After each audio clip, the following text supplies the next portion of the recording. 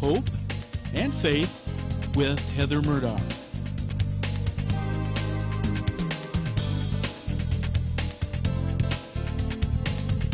And welcome to Love, Hope, and Faith with me, Heather Murdock, and hope you're having a blessed morning so far. It's a beautiful day outside, and I'm just so excited to be with you. And I want to thank you again for tuning in and for being a part of Love, Hope, and Faith. It's just a blessing and a joy for me to be able to share my journey with you, my walk with God, and to have guests on who have so many wonderful things to share and to teach the viewers. And thank you again for tuning in. And also, I wanted to let you know I just started a brand new blog, and you can catch up on Love, Hope, and Faith and additional stories that I share on heathermurdock.com.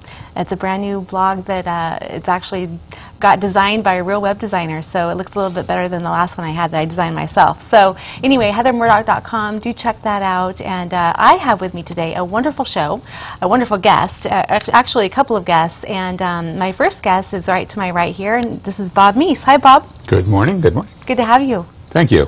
You are, we're going to have a great show today. You have so many things to share. We're going to get right to it. And you are, first of all, I want the viewers to know who you are. And you are the Director of ILI, Director of Communications for International Leadership Institute. Correct. That's a mouthful. Yes. That means I'm the spokesperson. That's basically. good. That's good. I travel around the country speaking on their behalf. Very good. Now tell us what ILI is. ILI is a international Christian leadership training and discipleship training organization based in Atlanta, Georgia. And it's interesting how you and I are connected in this. I am also connected to ILI. I actually brought you into it, didn't I? That's correct. You introduced me to the organization 2 years ago. Yeah, I remember Darlene Frank. She's been a guest many times on my show. She's our children's pastor at the Nazarene Church, and her brother-in-law is actually the national director, Kyle. And Kyle invited Darlene to be a part of ILI, which is really, well, I've called it a ministry, but it's really more like a movement, isn't it? It's a Christian leadership development movement. Correct. International. It's awesome. And Dar invited me to be a part of it, and I got so excited my first time when I went to this to the conference. And I remember during the conference I kept thinking, oh my gosh, because I know that you're really about leadership and you're a passionate Christian, and you've been a speaker at many Baptist events on discipleship and things like that. And I thought, oh my gosh, I've got to get Bob to see this. I called you. No, actually, you had posted something on Facebook about speaking. Right. About discipleship. Right. And I saw that on Facebook, and I thought, Bob, my fingers went to work. I got to meet with you. You're going to love what I have to share with you, and take it away from there. Well, you know, that story, basically, we did coffee, and I, at that point in time, I still am, I'm the local director of evangelism for my church at Sierra Baptist Church, and I was also getting ready to speak at a statewide evangelism conference for the Southern Baptist Convention down in Southern California. And that's what I'd posted on Facebook, that I was preparing a talk on lay evangelism, and my audience were pastors and lay people who were in leadership in their churches who wanted to know more about evangelistic outreach opportunities that they could have. Yeah. And so you said, you've got to see these ILI materials because they fit right in with what you're doing. And I had never heard of ILI, and this was a year and a half ago. Mm-hmm. And so you gave me Kyle's information, Kyle Phillips, who was the national director for ILI USA, and I contacted him, asked if I could use some of the materials that you shared with me in my upcoming presentation.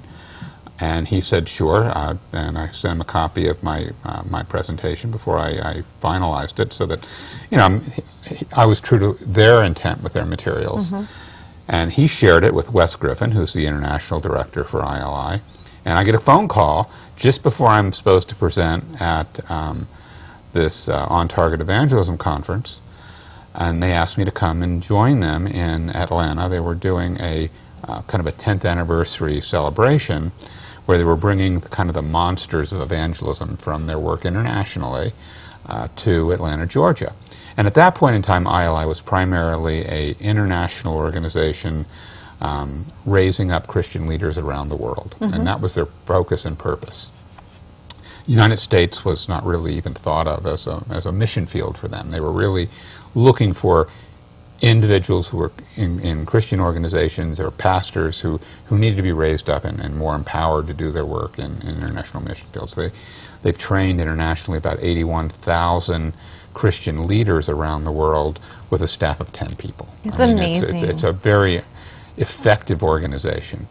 And so I came and I went to Atlanta. I spent a week with them there, and I'm hearing one testimony after another from these Christian religious leaders who've been impacted by ILI and have tremendous ministries internationally in Europe and in Africa and Asia.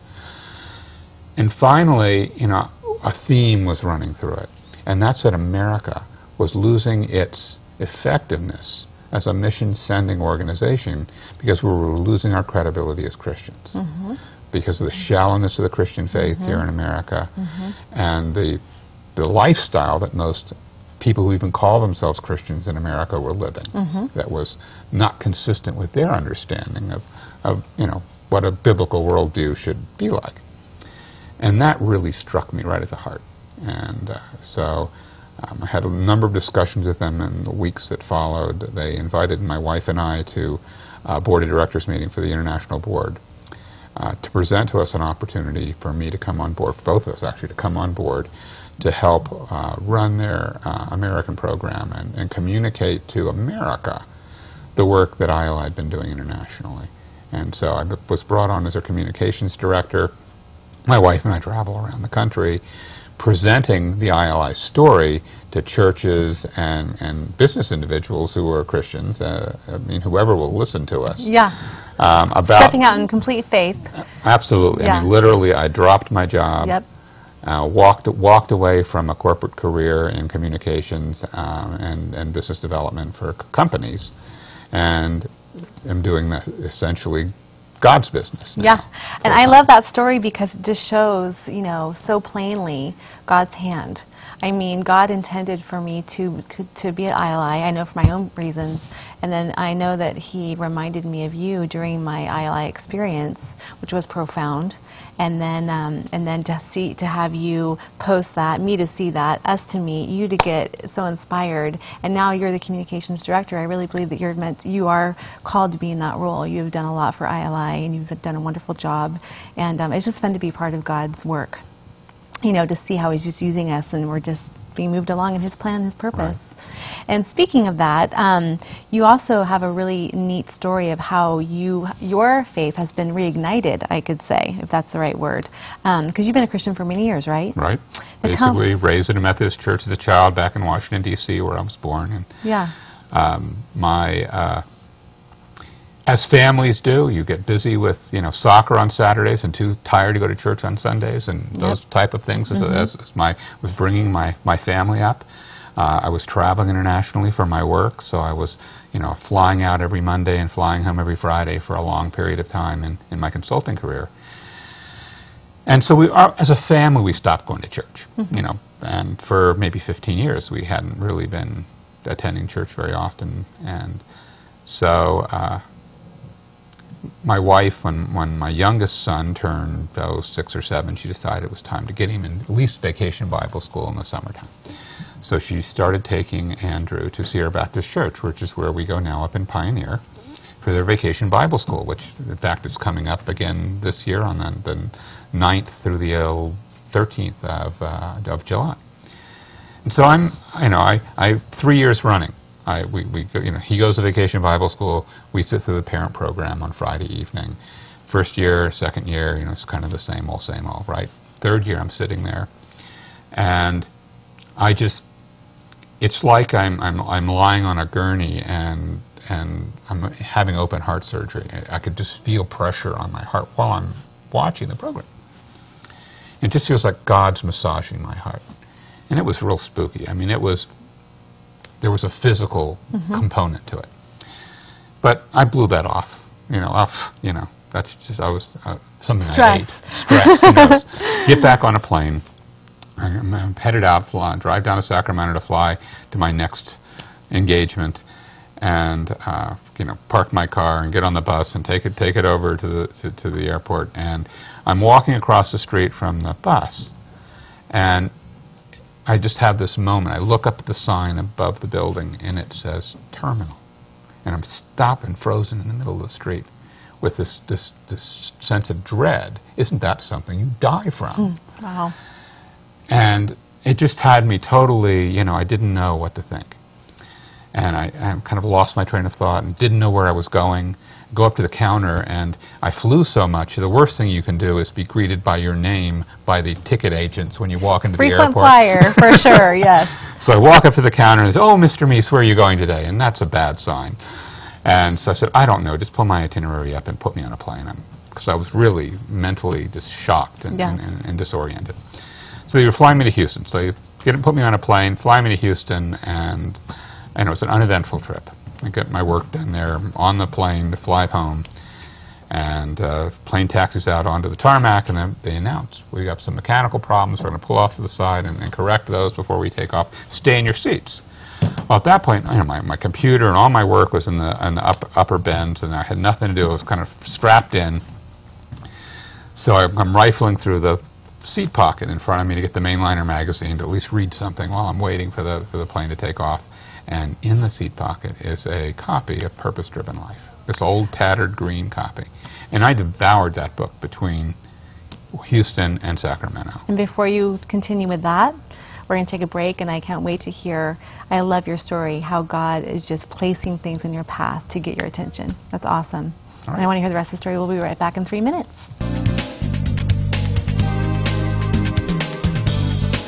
Welcome back to Love, Hope, and Faith with me, Heather Murdock, and my guest, Bob Meese. And Bob, before the break, you were telling us about how God was really trying to get your attention when you're on a business trip. It feels pretty much like, you know, a 2x4. Yeah, exactly.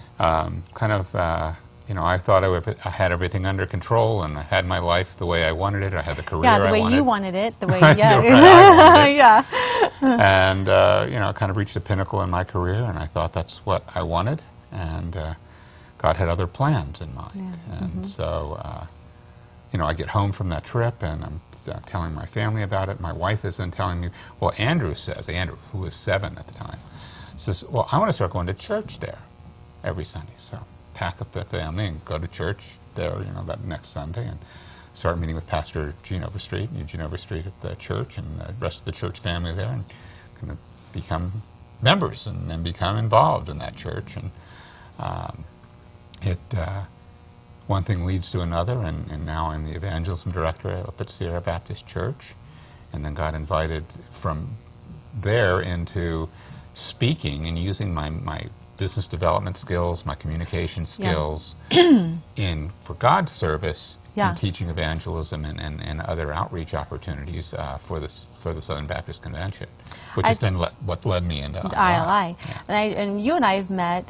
My background is training and development, and that's part of your background as well. So we've met in those secular circles, of professional circles, and I just love your story because, you know, you were using your, you know, ability to make your own life happen. You know, I'm sure you probably taught that quite a bit in your life as well. You got to make it happen.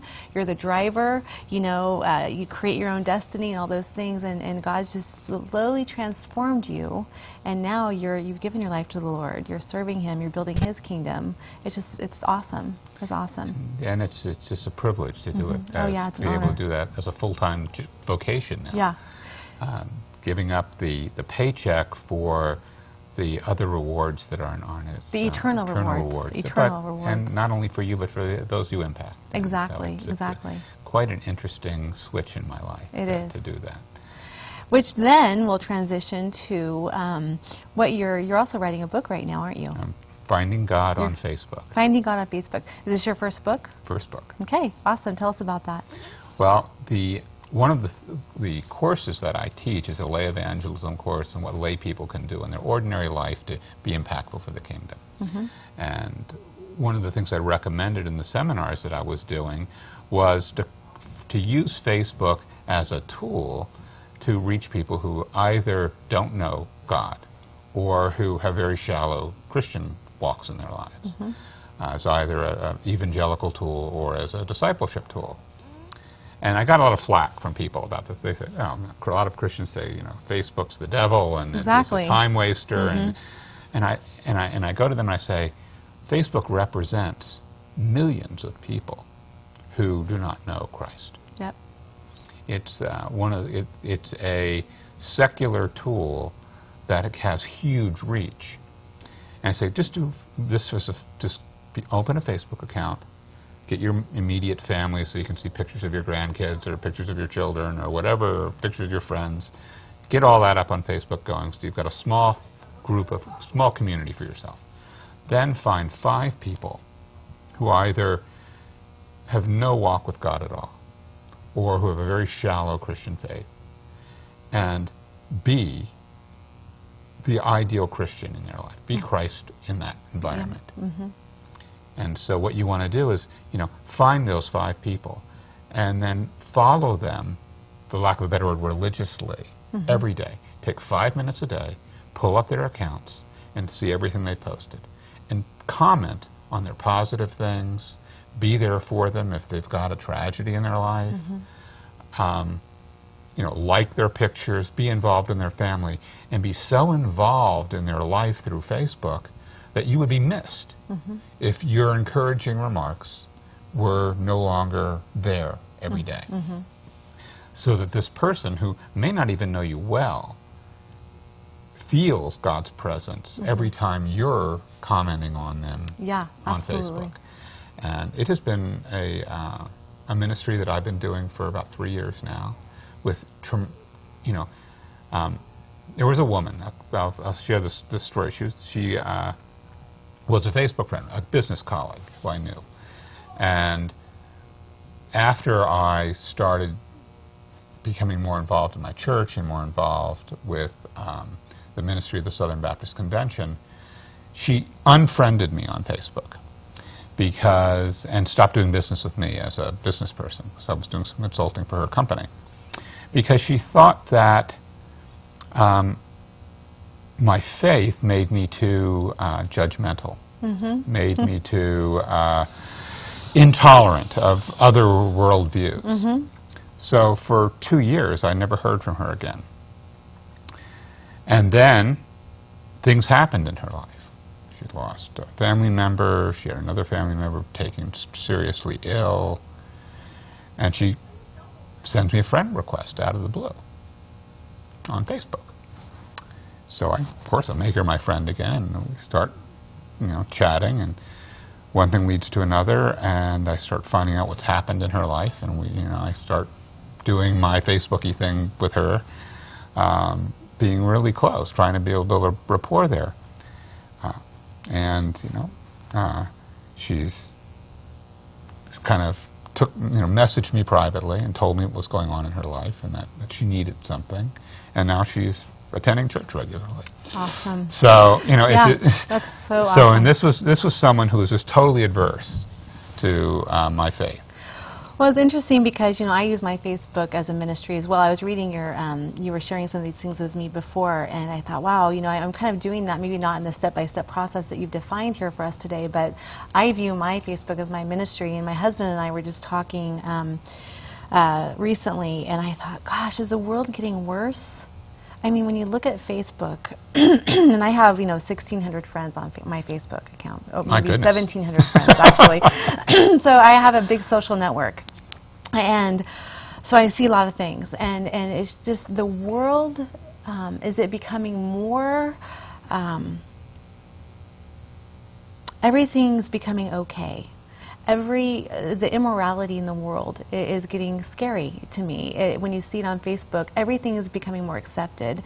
Everything that's outside of the moral code that a Christian would live by, biblical code, it's just becoming more and more the norm.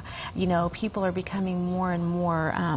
Not to be judgmental, but the moment you put something on Facebook about your faith, it seems that even if you're not saying or judging someone else, you're sharing, like you said, your own faith. People automatically say that you are judgmental, that you're narrow-minded, that you are, what I'm saying? It's like as the world as everything becomes more okay and more tolerant of pretty much everything, then the more our view looks so much more narrow and so much more, we're accused of things that, you're an angry Christian. I just said I believe in God, I believe in Jesus. You know what I'm saying? It's like, it's a crazy world out there in the Facebook world, but I do believe that I'm called, you're called, us Christians are called to continue that, spreading that hope, sharing truth, spreading truth, like you said, being there for people, loving people, where they are at. You know what I'm saying? And they will come to you. Yeah, they will. The message will be responded positively. You may have to go through a lot of negative stuff. And we've had many debates with mutual friends, and your husband Vince has even chimed in on some of those, who, you know, reject the Bible. Yeah. But even if you're not being an angry Christian, the moment you start to quote the Bible, you're open for attack. That, oh, you hate people, you hate gays, you hate whatever it may be, you know. And it's like, I never said I hated them. I love them. I'm saying that I'm a believer and this is how I live my life. You know, it's interesting. Well, the stereotype that, you know.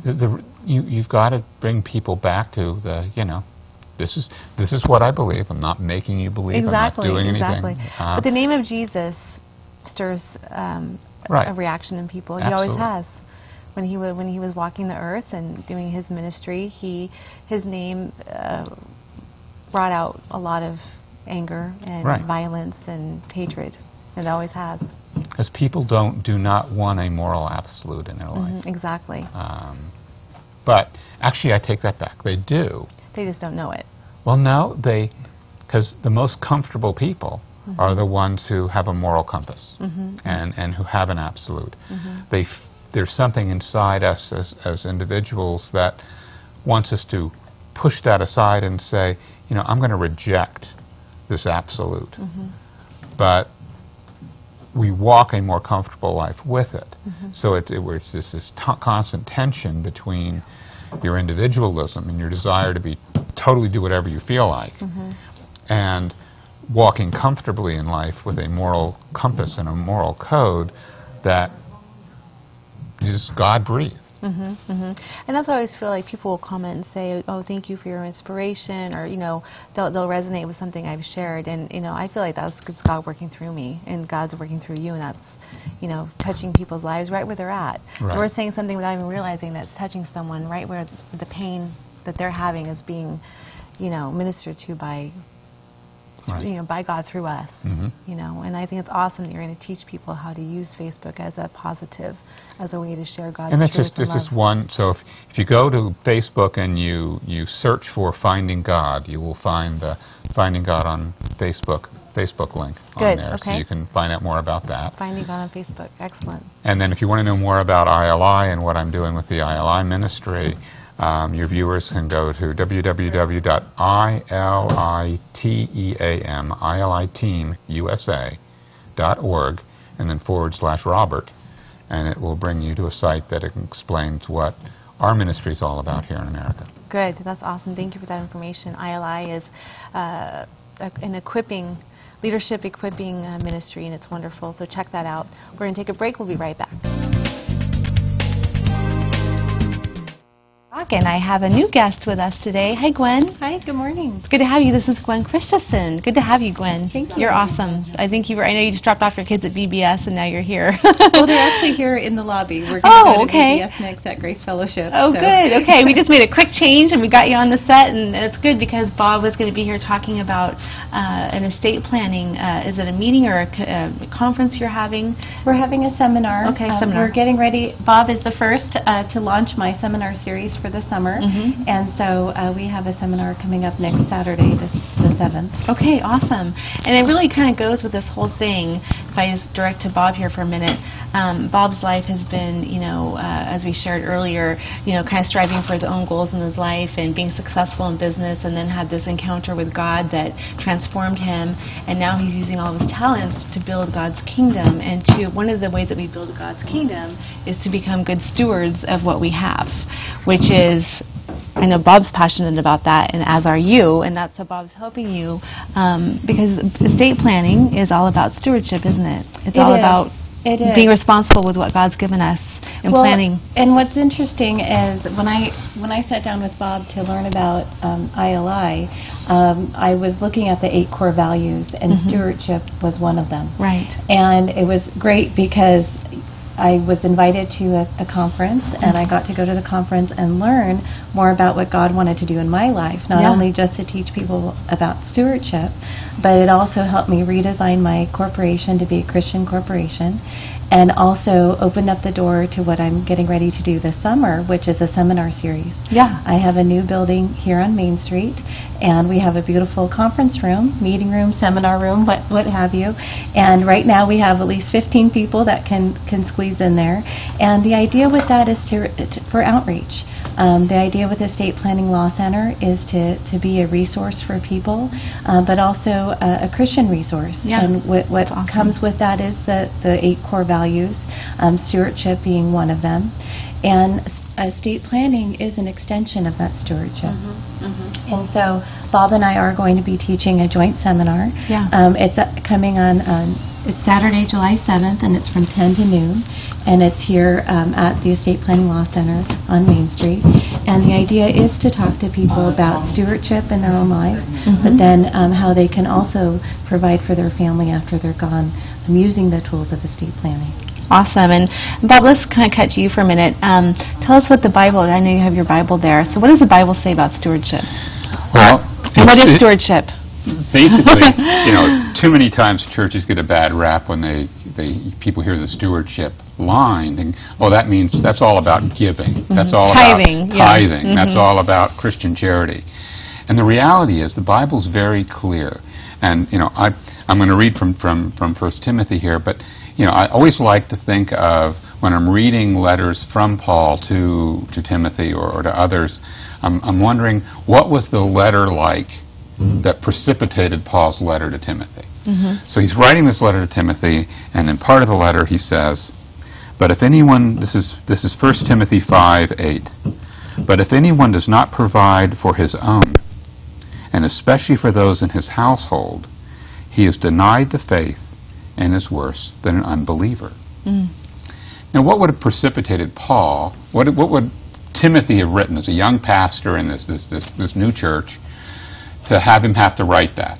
That seems so obvious that, as human beings, forget as Christians, as human beings, we should be providing for and thinking about our families, both while they're alive and after we're gone. And so there was something going on in Timothy's church where people were living for themselves and dumping their families on the church after they died, which is what was happening. And so that just, when I read that and I thought about that in that context, I'm thinking, well, shoot, that's estate planning. That basically, the Bible is saying, provide for your own, both in this life while you're with them, and making sure that they're taken care of while you're gone, so that you're not burdening the church with taking care of your own family when you're gone. One of the word that comes to my mind is legacy, building a legacy, and we can do that in many ways. We can do that with our belief and our faith, and build a legacy through our children and grandchildren, but also through, like you said, financially, through estate planning, building a legacy, something that's going to last, something that's handed down, that there's, like you said, where people are, your family is provided for, maybe not fully, but they're provided for. There's something left of you that you've built. There's something great in that. There's something, biblical in that. Well, it helps also just with the whole transition and the whole process. Yeah. When I have a family come into the office who their mother, father, or brother, sister has an estate plan where they've put everything in words, and you can even write a Christian will. You can even communicate the principles of your faith in your will. Oh, wow. One of the other classes we're having this summer is an instruction letter to your loved one, and with that includes those parting words, because we don't have an opportunity to say what we want to say to family, and sometimes we need to have that closure. But when you have everything provided for and in writing, that transition is easier, and the cost is less. There's just a number of things you can do to provide for the family, so they have time to grieve and they have time to do other things than be worried about court costs or to be worried about other things. But that provision, it also comes with that planning. because if we procrastinate and don't plan, that's not being a good steward. Right. And so there's just a number of ways that we can protect our family that way too. I had to go back to a minute to the ILI story because, as we shared earlier, you know, I went to ILI. Darlene brought me to the conference. My ILI story, and I'll share more about it at another show, but my story from that is that it was through ILI that I learned how to ask God what He wants of me versus asking me what He can do, or asking Him what He could do for me. Through ILI taught me to give my life to God and ask Him what He wants of me, how I can serve Him. Does that make sense? So I believe my intimacy went so much deeper with God as a result of ILI.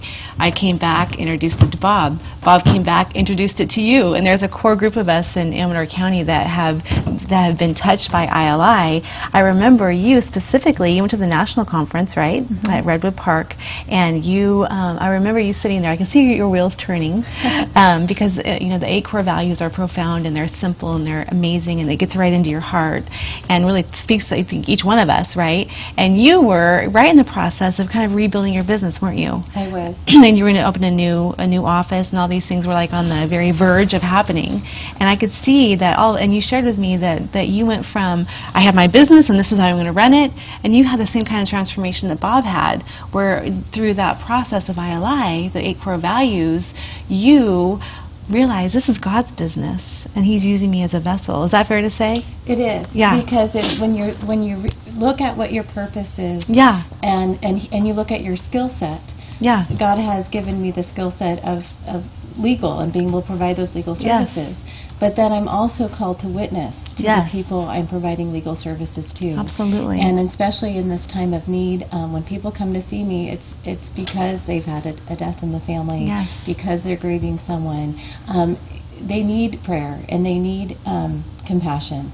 And they need to know that we're going to help take care of things. And also, when you're witnessing, you're sharing with them that there is something, that there's an eternity, that there's hope in Christ, and it's that we can get through grieving, as you say, or things like that through Him. You know, and you're offering that. That's awesome. That's so good. So your estate planning seminar, again, the dates of that, it's this weekend coming up? Well, it's Saturday, July 7th, okay, so after the holiday. Yeah. And it's from 10 to noon. Yeah. And Bob and I will be jointly teaching the class. Is there a cost? It's a free seminar. Free seminar, good, okay. We are going to limit to as many people we can fit in the room. So about 15 people. 15. Okay. And is it starting to fill up? We're working on it. The invitations are going out. Yeah, good. So what are your talking points? Do you have those set up yet? Well, we're working on that, but we want to review stewardship first as the core. As a core value. Basically, it's, you know, everything is God's stuff. Some of that stuff He wants you to leave as a legacy, to use your word, but He wants you to provide for your family. He wants you to make sure that they are not a burden on the church, and that you're not relying on the state to take care of your family when you're gone, that you've made proper provision with the blessings God has given you. And there's other things that you may want to do with those blessings, charitably or otherwise. And those are things you need to think through while you're still here. Yeah. So that, because you're not taking it with you. So the blessings God has given you throughout your life, you have an opportunity through an appropriate estate plan to make sure they are being used appropriately for God's purposes, whether it's for your family or for some other purpose. It's about being wise, using wisdom, and being responsible for the things that, like you said, that God's blessed you with. You know, I'm reminded of there's a lot of great scripture in Proverbs about this very thing as well. Yep. So yeah, so good. Well, that's exciting. So how's your business changed as a result of this transformation you've gone through? Well, just moving to Main Street and being in the public eye, and then also here offering the classes. I have a seminar room so that I can offer the seminars on a number of topics and just be a resource center to the community. But it's also just changed my focus. Yeah, I was gonna say, how's your perspective changed? It's focusing every day. God, how can I serve you today? Right. And it's actually helped me with my stress as well, because when you do have that purpose and you are lifting up everything in prayer, your to-do list shortens. Yeah, And you absolutely. can focus on what's most important. Amen. Amen to that. Yep. Just give it all to God and know that He's in control of all things, right? Absolutely. Well, thank you for being on today. Thank you. It was a kind of a last-minute addition to the show, and I'm thrilled that you could make it. And your kids are going to VBS. Another VBS. That's cool. Fun. I know they went to the Nazarene Church. And you're having a VBS also in your church coming up. You mentioned earlier. 9th through the 13th of July up at Sierra Baptist Church in Pioneer. Very good. And what's the cost on that? Nothing. There's Good. no cost. Good. Awesome. Okay. Well, we're gonna go to a break, and thank you again for being on. Thank you both of you, because I have someone new coming on the fourth segment here. So you guys have a great day, and do come right back in about 3 minutes for Ruthella Turner. Welcome back to Love, Hope, and Faith with me, Heather Murdock, and I'm just surprising you guys today because I have 3 guests. This is my 3rd guest, Ruthella Turner. Hi. Oh, good morning. Thank you so much for having me on. Oh, it's a pleasure to have you. I had Ruthella on today because she's going to talk about something so important, an outreach that she's involved with. You know, as a Christian, you know, this show, the purpose of my show is to show how God works in people's lives and how He heals and restores and transforms lives. And I really want to encourage people to know the Lord. And one of the ways that they can know the Lord is through not just what we say as Christians, but through what we do. And as our walk with God matures, and we know Him deeper, and as He fills our lives more, as we allow that, people should know that we're Christians not by what we say, because talk can be cheap. They should know that we're Christians by what we do.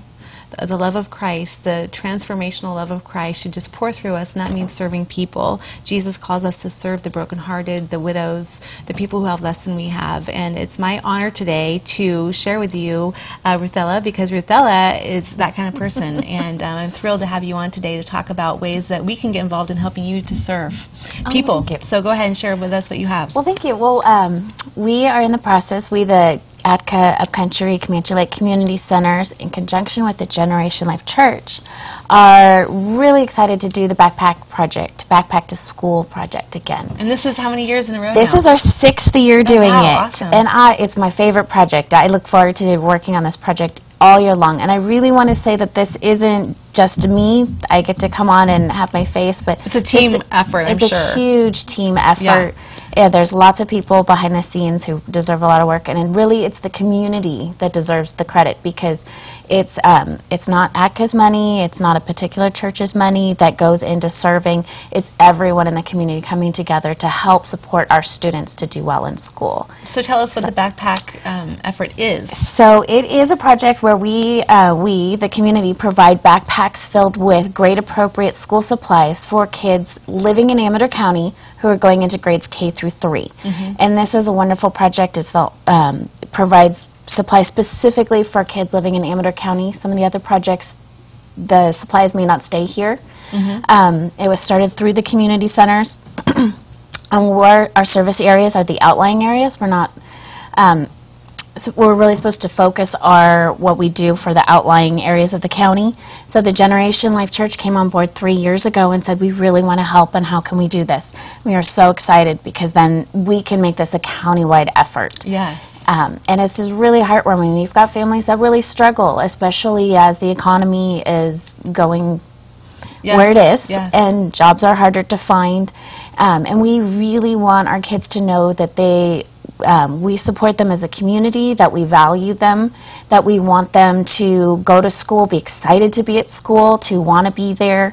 And part of that is, you know, that excitement at the beginning of the school, and I've got my supplies and I'm ready to go.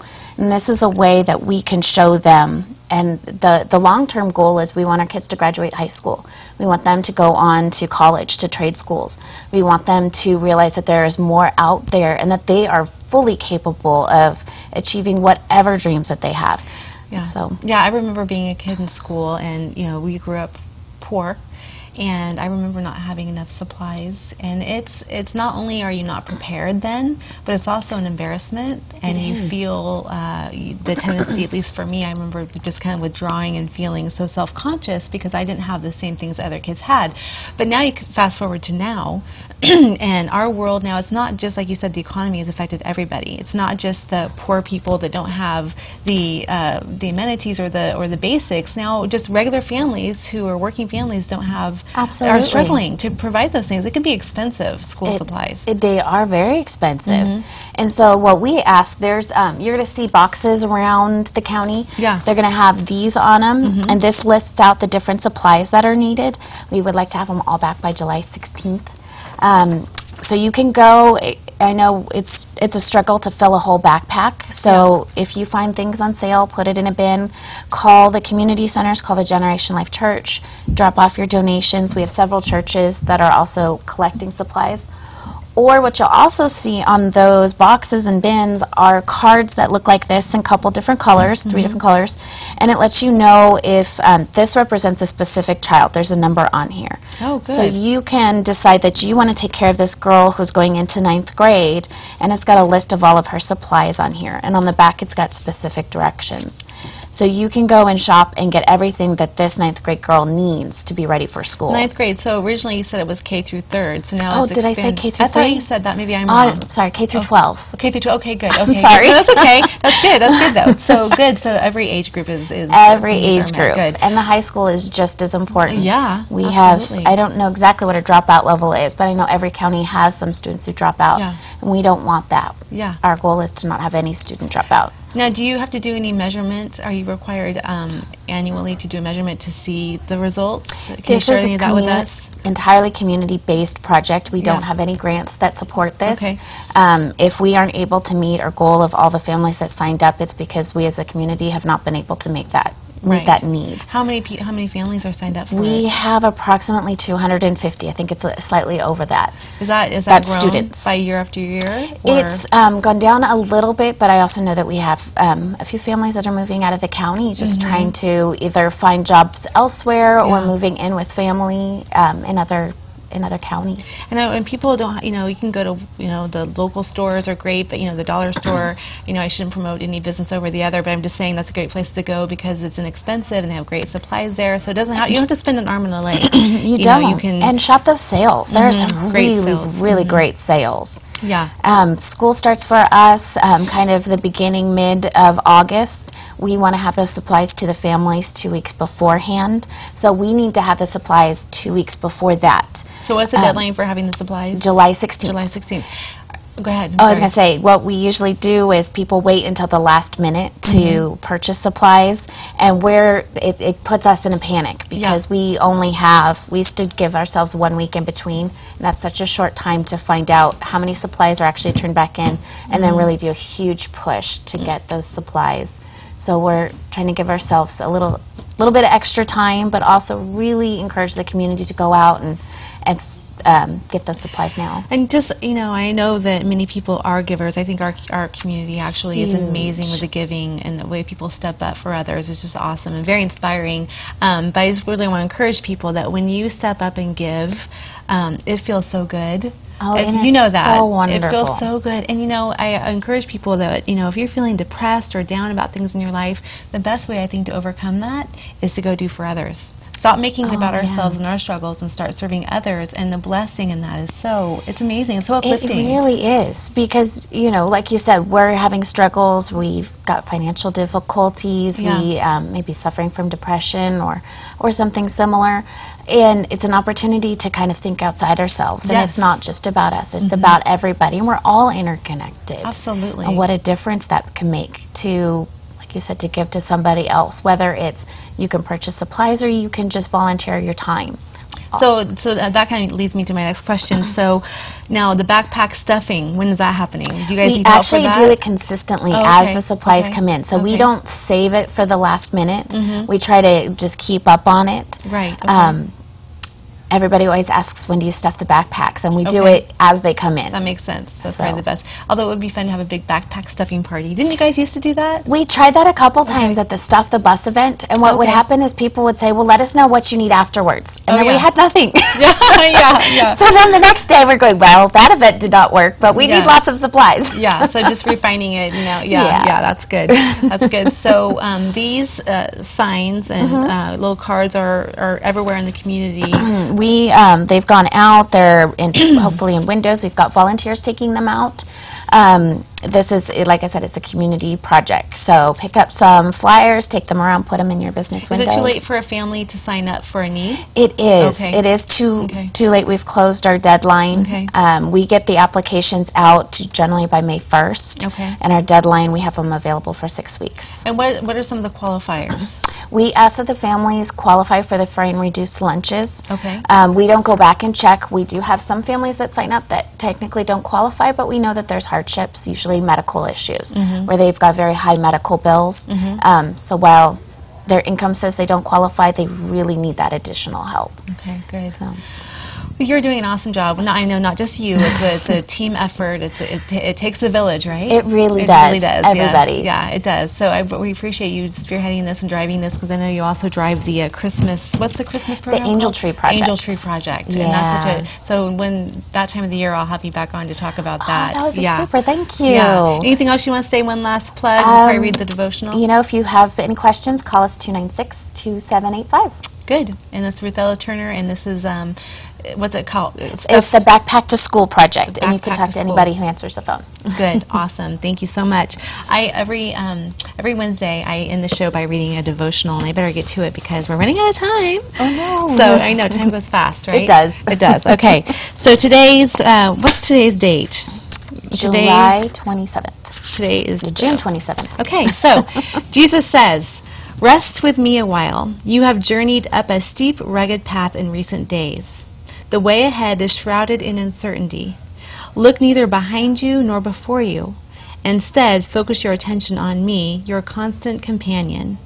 Trust that I will equip you fully for whatever awaits you on your journey. I designed time to be a protection for you. You couldn't bear to see all your life at once.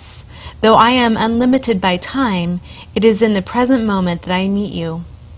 Refresh yourself in my company, breathing deep draughts of my presence. The highest level of trust is to enjoy me moment by moment. I am with you, watching over you wherever you go." That is awesome. That is so encouraging, and just to know that we can leave our day in God's hands, that He has already planned our day before we wake up in the morning. He's already provided for us. He's already has our day. All we have to do is be open to Him, to His leading. Look through the world. Ask God to show you through His eyes the needs that are there that you can meet. He has equipped each one of us to meet certain needs of others. And just ask Him to show you. Ask Him to open your eyes to see what He sees, and just serve and love people and bring the hope of Christ. I hope you have a wonderful week, and we'll see you next week.